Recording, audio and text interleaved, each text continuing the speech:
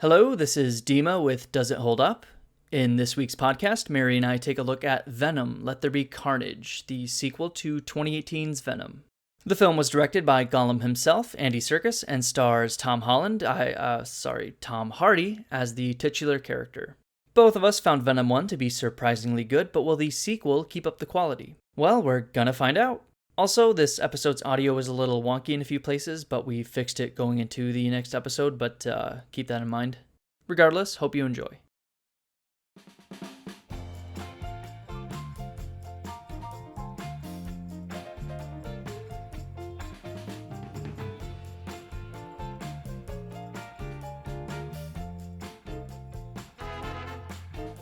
So yeah, why don't we get into some spoiler-free impressions first, and then we can delve into more details later.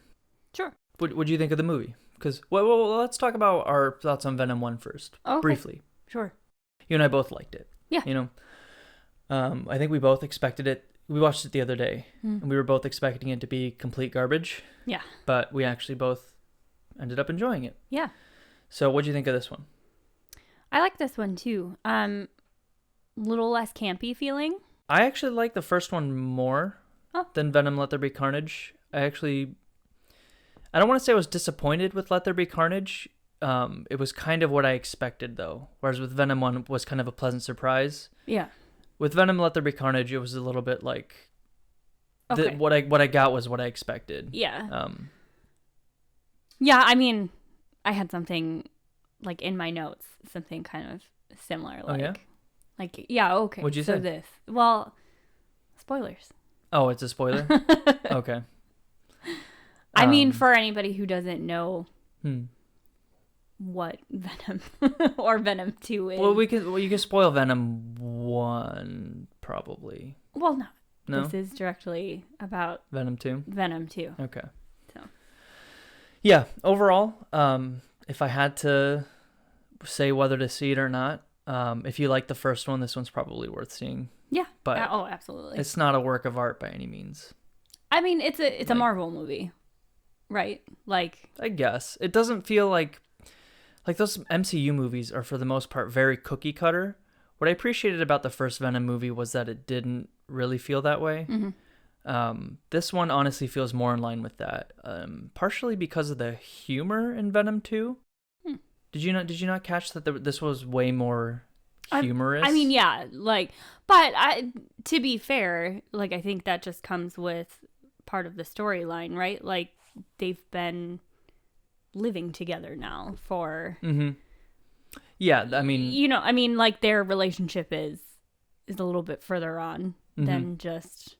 I guess, you could make sense in the context of the story. I just think that the producers were they just noticed, focus groups, whatever, that the humor was a big part of what worked about Venom 1. And that's something you and I both found pleasantly surprising about Venom 1, was the humor. Yeah. I feel as though a producer saw that too. And they were like, we need more humor in this one. And I'm going to say it was more hit or miss for me, the humor with Venom 2. I found it more, I want to say I found the humor to be amusing more than I found it funny a lot of the time. There were points in this one that I was laughing so hard. I had to try and catch myself because I didn't want to annoy other people around me. So okay. Yeah. That's not to say I didn't find some elements funny. Yeah. But overall, my audience that I saw it with really enjoyed the humor. There was a lot of laughs going. Oh yeah. So same here. So yeah, I want to talk about spoilers. So would you give it a thumbs up or? Absolutely. Yeah. I mean, okay, you really enjoyed Venom 2. If you liked Venom, the original, I think this one will be good too. Okay. You'll like this one. Okay. I would say so too. I didn't find it as good as Venom 1. Like I said, I don't want to say I was disappointed by that. No, it was what I expected in a sequel. But it's not bad by any means, so. Okay, so there's a whole lot of spoilers to talk about. I don't know if we should get the elephant out of the room and talk about the post-credit scene, just jump right into that, because that's kind of the thing everyone on the internet's talking about. Sure. Yeah. So you know less about MCU stuff than I do. Yeah. So I'll kind of get into more detail of what's going on there. Sure. So at the post-credit scene, just if you don't care about spoilers or you've seen it already, I'll just say it again. Venom and Eddie Brock are like in their apartment. They're in it looks like a hotel room. They were in a hotel? Okay. Mm-hmm. Yeah, because they're on the run. They don't have an apartment. Right. They're on the run. Yeah. And they get transported to another universe, right? Mm-hmm. And this is some big spoilers here, like really big spoilers. So if you care, you should go watch the movie. And it appears as though they get sent to the MCU universe. Now here's kind of where your knowledge kind of falls apart. Yeah. So you didn't know that Venom wasn't in the MCU. No. Right? Like I just didn't even think about it. Like all Marvel movie, and then maybe this is like where all current Marvel movies are in the MCU. Yeah, essentially. I just kind of figured. That's fair. I just kind of figured that this was in the MCU. Mm-hmm. So no, Venom 1 was not in the MCU. Okay. As far as I know, I mean, there's no reference to any other. I don't know if we just watched it the other day. There's no reference to any other superheroes, I believe, true. other than Superman. Right. She one of the people in Venom 1 says kryptonite, which I found interesting. Yep. And then in Spider-Man 1, mm-hmm. the Sam Raimi one, mm-hmm. there's a reference to Superman. Right. So no, Venom 1 was not in the MCU. Mm-hmm. And, the events of Venom 2 were also not in the MCU until the post-credit scene. Okay, and so he gets transported to the MCU universe. So again, let me give you some more context. Sony owns the film rights to Spider-Man. Right. And kind of the tangential Spider-Man characters, including Venom. Not just Spider-Man. Oh, I didn't know that. Okay. You didn't know which part? That they own Venom, too? I mean, anything related to Spider-Man, I think Sony owns. And Venom is a Spider-Man thing. Mm-hmm. I don't know what the legal document says. Yeah. Like how Venom connects to Spider-Man versus other parts of the MCU. I don't know. I don't care. Sony owns Spider-Man and Spider-Man related stuff, including Venom. So, and Sony has a weird deal with Disney Marvel to where they're lending Spider-Man to the MCU right now. Because that's why Spider-Man is in the MCU. Like, you remember Spider-Man in Infinity War and stuff. He's in the MCU. Yeah. Before Spider-Man was in the MCU, Sony tried their own Spider-Verse type thing with Andrew Garfield. Do you remember these? Yeah. I don't think you saw any of them. They made The Amazing Spider-Man in 2012. Made a sequel. Yeah. I think it was just called The Amazing Spider-Man 2. They were both terrible. I think they weren't great in the box office. Mm-hmm. So Sony just made a deal with Disney to put Spider-Man in the MCU. So that's where we are now with the Sony Spider-Man MCU thing. So now they're bringing Venom into the MCU universe, whatever.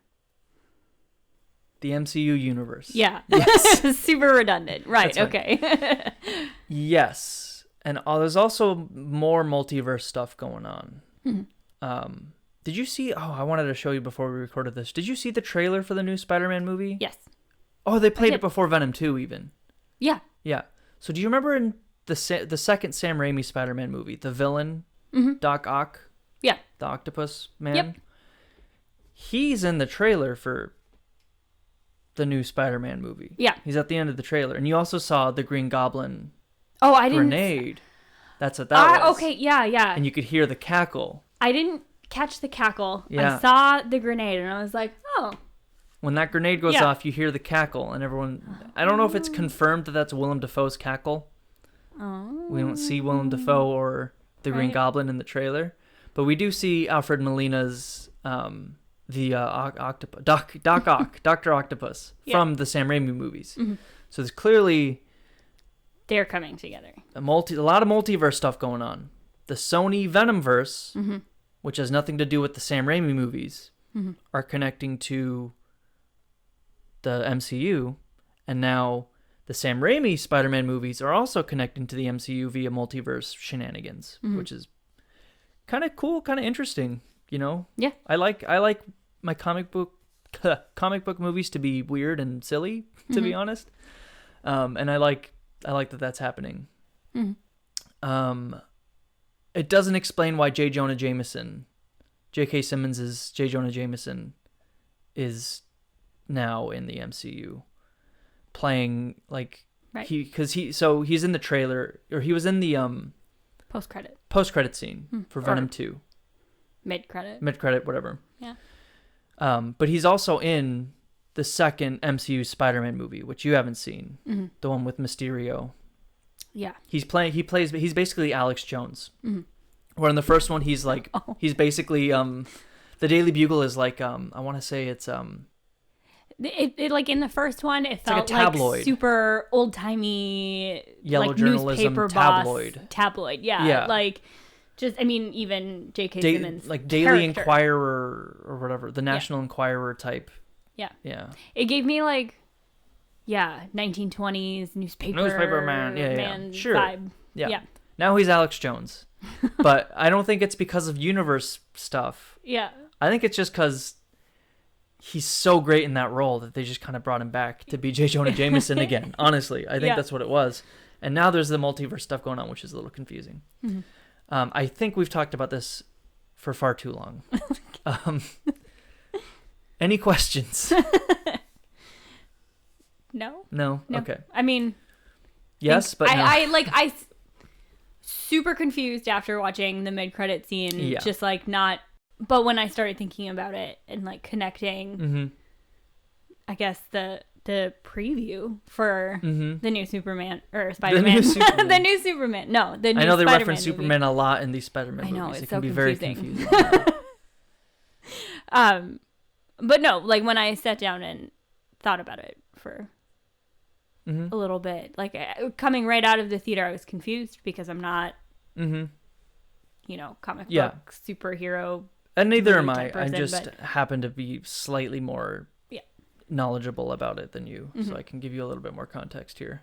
Yeah, but it makes sense. It makes sense now. So I like that they're doing that with Spider-Man.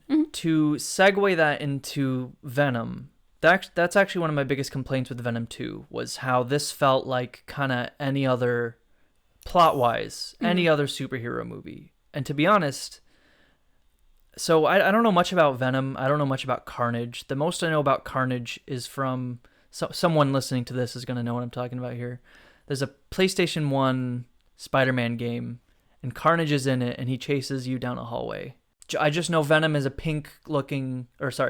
Carnage is a pink-looking Venom type thing. That's all I knew going into this movie. Okay. Which it just felt like this is a problem with a lot of superhero movies in general, where the villain is just a bigger, scarier version of the hero. Like it happens all the time. I can name 100 examples, but that was what Venom 1 was. Right. The bad guy in Venom 1 was it's bigger, scarier Venom. Bad guy in Venom 2. Right. Bigger, scarier Venom, but pink. And that's the note that I had was like, okay, so he just fights another symbiote or whatever. Yeah, exactly. Like, okay. Yeah. We saw this. Yeah, that's the thing. Yeah. It's the same thing. My favorite parts of the movie, this one and Venom 1, were the kind of fish out of water, like living with Venom stuff. That's the best stuff. That's the most fun stuff with me. Like, a guy has a weird alien symbiote thing. How does he live his life? Right. That's the interesting stuff. When he has to go fight a bigger Venom, I don't know.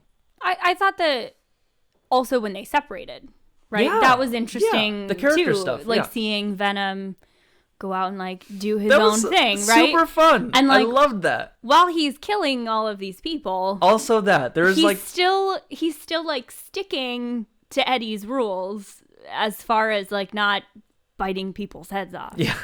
He's killing them because he's like taking over their bodies until they die. But so why didn't it kill the store clerk? I don't think that he was in the store clerk long enough. Okay. To like, because remember in Venom, the first one, it varied, but it took like so much time for the body to like shut down. Okay. Because of the symbiote. Symbiote.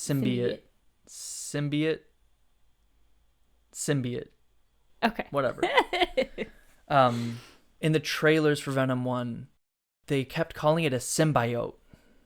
Symbiote. And I remember everyone on Reddit was like, why are they calling it a symbiote? Then when we watched Venom 1, I was like, are they going to call it a symbiote? Yeah. But no, they didn't. No mention of symbiote. So I guess they heard those comments. And like ADR. I don't know. ADR. That was running through my mind in Venom 1. I was like, did they ADR every reference to symbiote? Yeah. Did they take out any symbiote? And there were a couple times, and I think in Venom 1, where they'd cut to another reaction right before they said symbiote. Because maybe on that take, the person said symbiote. Anyway. I could just see like comic book mind. guy like, actually, in scene 4. worst Venom ever. So yeah, overall, I found the plot a little disappointing because it was kind of the plot to Venom 1. Yeah, and I mean, right. We see other, alien monster take over a body. We see Venom with boobs. Sexy Venom comes back. Sexy Venom Very comes strange. back. I don't know why Though we need a sexy Venom in our lives. Less focus on the sexiness. Her feminine boobs? curves. Yeah. Her boobs. Yeah. You're right. It wasn't as noticeable this time, but still they there. Had to throw it in there for the fellas. I don't know who that's for. Is it for women? You're a woman. Did you find you're like, ooh, Venom's woman Venom? I relate to that. Like, is that for you? No. Okay. I mean, It's this not for time me. around, I was like, interesting that she's not, or Venom. The boobs aren't as pronounced. Okay, so you thought of that. He's not like super curvy. I mean, they show very little detail with sexy Venom. Sexy Venom.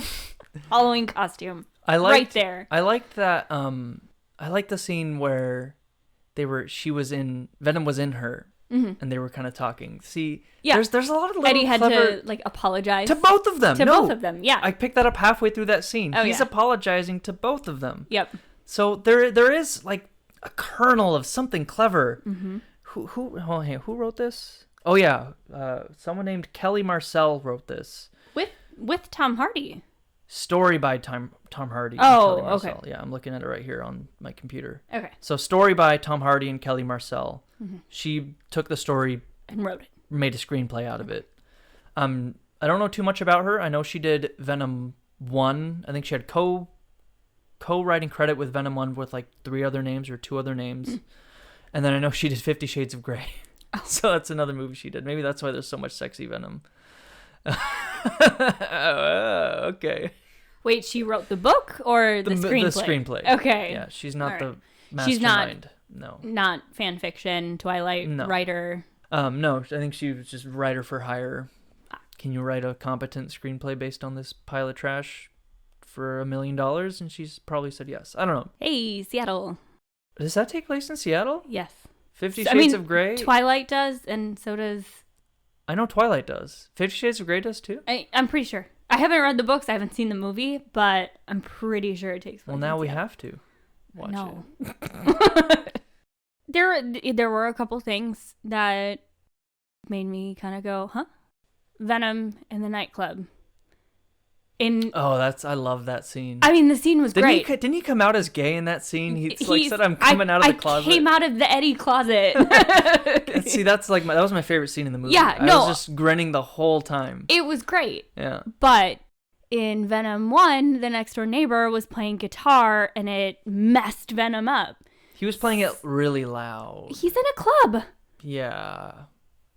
Maybe there's feedback on the mic when he drops it. Oh, yeah, you're right. There's like lots of little plot. I mean, whatever, okay. Nitpicky. It was a great scene. It was a great scene. It was a good scene. Maybe he's developed a tolerance. It's been a couple years since Venom 1. They lived next to that neighbor for a couple years now. He's used to it. No, my biggest thing was, so they call that woman Shriek. Yeah. Right, you picked up on that. I've never heard of this character before. I don't know who this person is. I'm assuming that has to be there an MCU character, not an MCU character, a Marvel character of some kind. But, and I mentioned this before, there's no reference to any other superheroes or any other powers in any of the Venom 1 or this movie outside of that character, right? Yeah. Yeah. So like, who is this person? Why do they have powers? Why is this never addressed? Was the school like, or not the school, but the asylum thing? Yeah, the for unwanted children or whatever. Yeah. That's what I thought. Like, for people with powers. Cletus was there because he was just evil and nobody wanted him. Yes. He killed everybody. Yeah.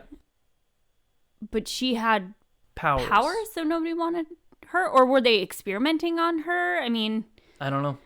Is it... I thought that the, like, facility she was in, like, she was in, like, a glass box for a while. Yeah. Right. I thought that facility maybe was for other people with powers that they're studying. Right. But that never... I mean, there was lots of rooms and stuff. I know. They showed a lot of people, but they never showed anyone else with powers. Right. And it's top secret, right? Cause that's the other thing. It was top secret. Yeah. But they never showed anyone else with powers. Or referenced... Isn't it weird that this person has a superpower? Yeah. No one said that. Yeah. So that left me scratching my head. I don't know... I feel there's a couple moments where I feel like this movie was missing 15 or 20 minutes of additional detail. See, and like I didn't think about that because I just assumed MCU, right? So, okay. No, but this is not in the MCU. Right, yeah, that doesn't make... There's no reference to any of the superheroes or powers in this universe. Yeah. So, yeah, I thought that was strange. And then, yeah, the Cletus, the villain, I thought was completely uninteresting. They tried to give him some tragic backstory, which was sad, and I was like, oh, I mean, I get it. You're trying to make me sympathize with him by, saying he was abused, and that's why he killed those people. Doesn't explain why he killed everybody else. Yeah, it just made him go crazy. I mean, I don't know. Okay, serial killer girl. Like murder show. Yeah, Mary, you were obsessed with murder shows. There was a line that said everyone loves serial killers. Yeah. And that's when I invisibly nudged you. Yeah, we both saw this separately, but I nudged you invisibly. Yes. And Okay, so kids who are abused tend to, like, I mean, not a lot always. Of serial killers were abused, is what you're saying. Okay, so that works. Or dropped on the head, or whatever. Like, yes, just like me. Severe. That explains head my injury. serial killer. Yeah. Yeah, that happened to me. So yeah, don't ask where the bodies are. Yeah. And then, yeah, some aspects I just found clunky, like that detective character. He wasn't in the first one, right? No. Yeah. And then just... I mean, and then like the second you see his hearing aid, it's like, oh, yep, okay. Yeah, I didn't immediately catch that. Oh, actually. that like the second I didn't know that was a hearing aid. Well, I thought maybe it was just like one of those like FBI talking things. It was very definitely a hearing aid. And as soon as I saw it, I was like, oh, that's the cop that shot her. Okay. Yeah, I didn't catch that immediately. And then I also thought it was kind of lame that Cletus became Carnage from biting Eddie. Yeah. Like, so Eddie, has he ever spilled blood anywhere? Is it just gonna make a new... But has anybody consumed that blood? So you have to... like, it was growing on his finger. Yeah, and then he ate it. I know, but... So you have to eat it? I guess. Did he... So... Well, I mean, it does... Yes, no, I know. It doesn't make any sense. And also, like, half of the drugs were poured into him by the time Carnage, like, freaked out. It's like...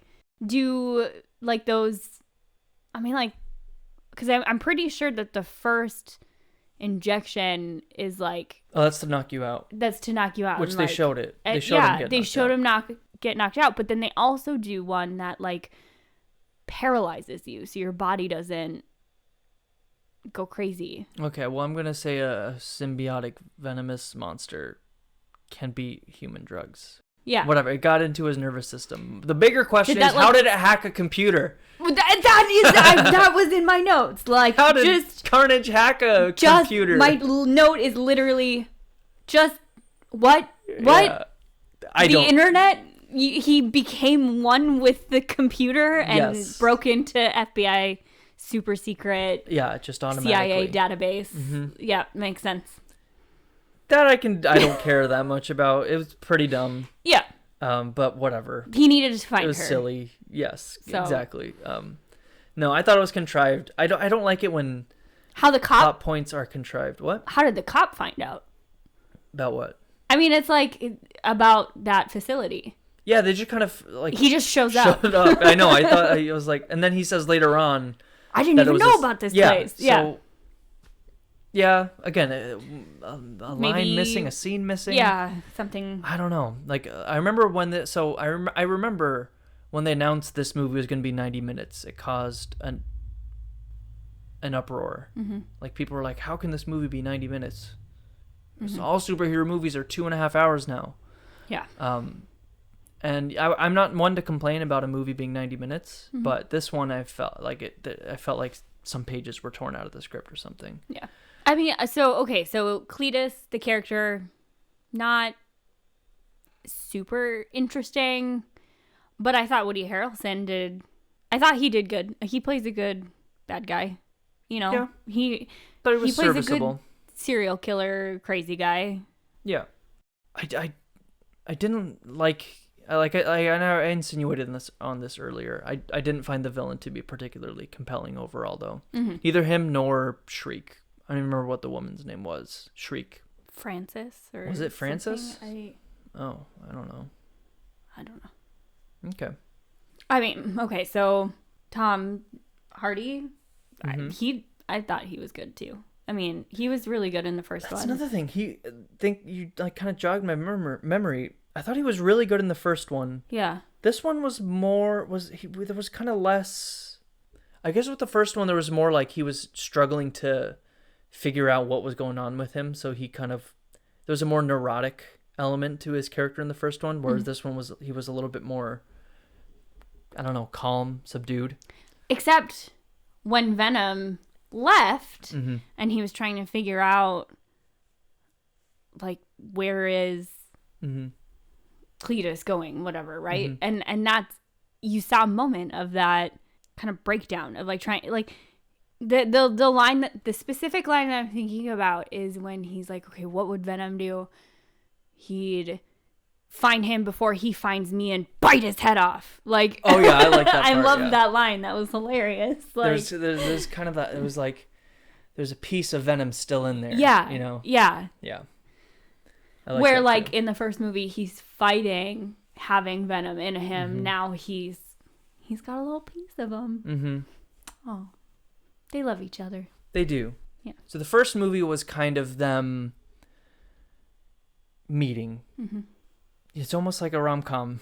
The awkward first date. The awkward first date was the first movie. Mm-hmm. This movie was you're dating and you're hitting a rough patch. Mm-hmm. Yeah. You can't do it again, you know? Mm-hmm. You can't have them fight again. Right. Like if Venom 3 comes out and they're still like arguing with each other, you can't do that again. Yeah. And so I thought they played with the dynamic enough, like they went forward with that dynamic enough in this movie, but again, like they accept each other now. Yeah. Right? I mean, flaws and all. Sure. That's another random question that I just have is like, I guess Venom needs Eddie because he's the only person he's symbiotic with, mm-hmm. right?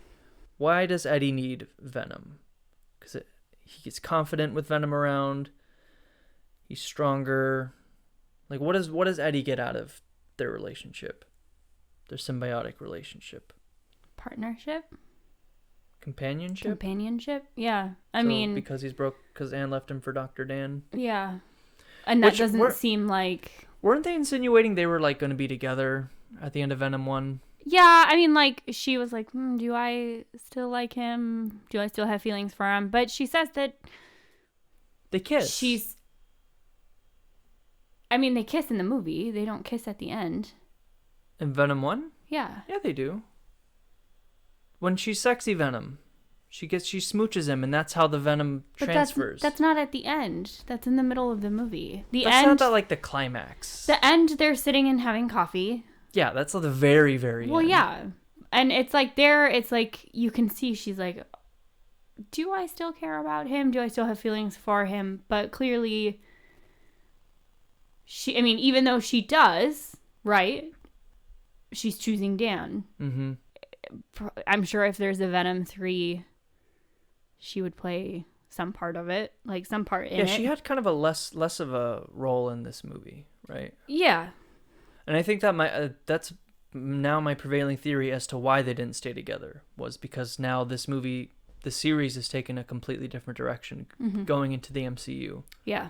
So, like, she didn't go with them through the portal. Doctor Strange. We assume it's Doctor Strange's portal. Well, and I mean, even at the end when they're running away from the cathedral, I mean, Venom tells Dan to take care and says that he likes him. Mm-hmm. You know, I mean, like, that's a character shift for Venom when it comes to Dan and Anne. Dan and Anne? Mm-hmm. Really? That's their names? Yeah. Dan and Anne? That's they have the, some of those couple names, you know? We're Dan and Anne. They have a TLC show already. And, like, I've seen it. Dan and Anne and their aliens? Dan, Anne, and the alien. I don't know. I mean, she also hinted that she wanted to pair up with Venom again. She was like, kind of like it, you know? Yeah, she said she liked it. Yeah. She's like, not happening again. Well. Yeah, well, it was nice. Maybe, maybe she just got to bite Eddie. Oh, they... Just you can have your own Venom, but what if it's a mean Venom? Well, yeah, what if it's like Carnage? I mean, like, I feel like that's kind of. So yeah, what if Anne bit Eddie? Does the symbiote, like, is it who it first attaches to, where it kind of learns who it is? But no, because I mean, then no. Then the one in Venom 1, Venom was talking about. So there are a few symbiotes came to Earth, and he was saying, like, oh, he's a mean one, right? And Venom said he's kind of an outcast and loser on his home planet. So no, I don't know what Carnage was. What if Carnage came out and it was more like Venom, and went to Cletus and was like, no, Cletus, I want to be a nice symbiote. I want to eat heads off bad guys. Yeah, so why was Carnage pink? Was it because he came from blood? Like, Venom said, oh, he's a red one. Yeah. So does that imply, like, he's stronger? I don't know. Is there, like, comic books specifically with, like, all of the lore of... Oh my God, Mary. All of this lore is in intricate detail. Yeah. Told so 20 somebody times over. Smarter than us, please explain. Yeah. Or don't. I don't care. What are you talking about? No, don't explain. No. I know enough all about of the Venom. comic book guys, please come. Yeah, all of the comic book guys, please come. Yes, just yeah, Mary. Watching this movie, I heard many. Especially when Sexy Venom came out. Oh, yep. Yeah. I joined them, Mary. No, when the post-credit scene happened, just oh my God, sploosh. Yeah. I mean. Yeah. And then there I am. Yeah. What? Who? What? Huh? Is that Spider-Man? Why is that significant? I knew that was Spider-Man. No, I just mean like on. No. I know you knew that was Spider-Man, but just like why are people reacting to Spider-Man? Like people, because you thought this was the MCU, so right. People reacted even before they saw Spider-Man in my theater. Like as soon as the light flashed, they were like, "Oh, really?" Yeah. No, for me, like literally standing up and cheering. Really? the people next to me. Yeah. Yeah. No, for me, the cheers started when it showed the TV and it showed J. Jonah Jameson. Oh. Like, that's when it was completely unambiguous that this is now in the MCU. And that's when people, like, even I was like, oh, wow. I was really not expecting that because, like I said, I know that Sony has a specific deal with Disney Marvel that precludes Venom and all that. So yeah, I think it's gonna be cool. I hope they get weird. So I like Into the Spider. You really liked Into the Spider-Verse. I did, yeah. Because that was really weird. It was weird stuff. It was trippy. Yeah. This felt a little more bland overall. Yeah. The best stuff was when Venom was in the nightclub. That wasn't bland. Yeah. But the fight at the end was bland. All the intermediate scenes were kind of bland. So, I want to know, like, how does Venom become the bad guy? Yeah. You know, and, like, why he already has this weird obsession with Peter Parker. Yeah, you mentioned that. I don't know. I don't know why. Well, I know, like, the reason. So in the post-credit scene of Venom 2, Venom sees Spider-Man, Peter Parker on TV and goes like, ooh, and licks the screen. He's like, ooh, look at that. In context, in universe, no idea. Yeah. In real life, they're villains. You know, they fight. Spider-Man and Venom. They're not villains. They're enemies. Yeah. Venom is a Spider-Man villain who sometimes appears as an anti-hero, as we see in this one. So in the third Sam Raimi movie, spoilers for that, I don't know if anyone cares. The movie came out in 2007. Venom is a straight-up villain. Topher Grace's Venom, there's no hero element to it. He's basically what Carnage was in this one. Just a crazy, horrible monster that fights Spider-Man. Yeah. So what their relationship is going to be in this one, I have no idea. Okay. So if J.K. Simmons is like an Alex Jones-ish type and the world knows who Spider-Man is now, is he like propaganda that Spider-Man is horrible and evil? Like, that's kind of his thing. Yeah. So in the Sam Raimi one we just watched, yeah, he's dead set on making Spider-Man portrayed as a villain. So then does Venom just think that he's an evil high schooler? Oh, that would be clever. So they're watching J. Jonah Jameson on TV. He's pounding his fist going, there's a horrible monster named Spider-Man. Venom goes, ooh, Eddie, can we kill that villain? Yeah. Eddie he's a villain. The news said it was. I believe the news. It's the news. I thought that, so there was that one scene, it turned into an animation where we were just getting an exposition dump on the card. Cletus's whole life. That felt a little like, maybe that was planned from the beginning, but that's another one, like, maybe there's more of the movie that was just cut.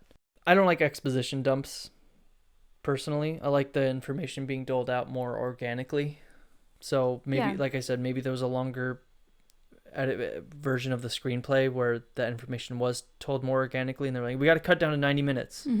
Well, I need to tell these people who Cletus is. I feel like you're probably right, because like in the scene in the cathedral, he kept saying like, I was trying to tell you what I wanted and you weren't listening or whatever. But it's like nowhere in the interviews that we saw where they were in person did he talk about the abuse that his family, I mean, like, and in the card, which is really the context that we got, is that he killed his grandma, he killed his mom, his dad beat the crap out of him and sent him off to this place.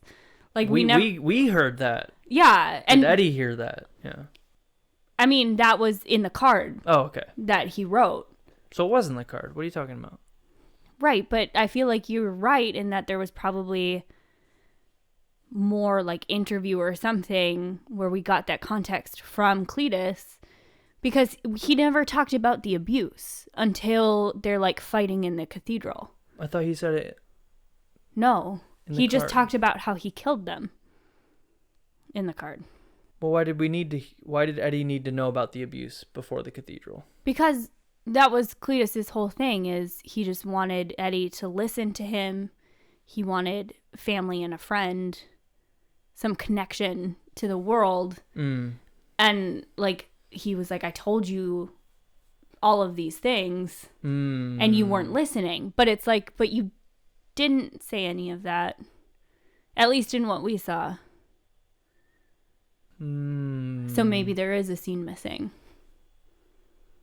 where like you would have gotten that connection more to Cletus to like sympathize with him, because it isn't until the end that we find out that he was abused by all these people. So why do we care at the end when he's a terrible person and has killed so many people already? Well, you know what? I don't know if I totally know what you're saying, but it sounds like you're agreeing with me. So I'm just gonna say you're right. Yeah.